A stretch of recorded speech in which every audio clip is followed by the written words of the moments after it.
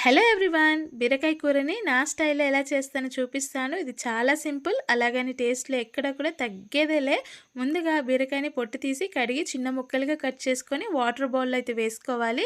అలాగే టమాటోలు, ఉల్లిపాయలు కట్ చేసి పెట్టుకోవాలి. ఇప్పుడు స్టవ్ ఆన్ చేసి ప్యాన్ పెట్టి ఆయిల్ వేసి ఆయిల్ హీట్ అయ్యాక తాలింపు గింజలు, ఉల్లిపాయలు, చిన్నుల్లిపాయలు, కరివేపాకు కూడా వేసి అవి కొంచెం ఫ్రై అయ్యాక వాటర్ బౌల్లో తీసుకున్న ఈ బీరకాయ ముక్కల్ని మనం ఇలా కడిగినట్టుగా చేసి ఈ ప్యాన్లో అయితే వేసుకోవాలి. ఇప్పుడు వీటిని 3 నిమిషాలు ఫ్రై చేసుకొని అందులో ఒకేసారి మనం కట్ చేసుకున్న టమాటోలు, ఉప్పు, కారం, పసుపు, ధనియా పౌడర్ కూడా వేసుకొని కలిపి మూత పెట్టి ఒక 10 నిమిషాలు అయితే ఉడికించుకోవాలి.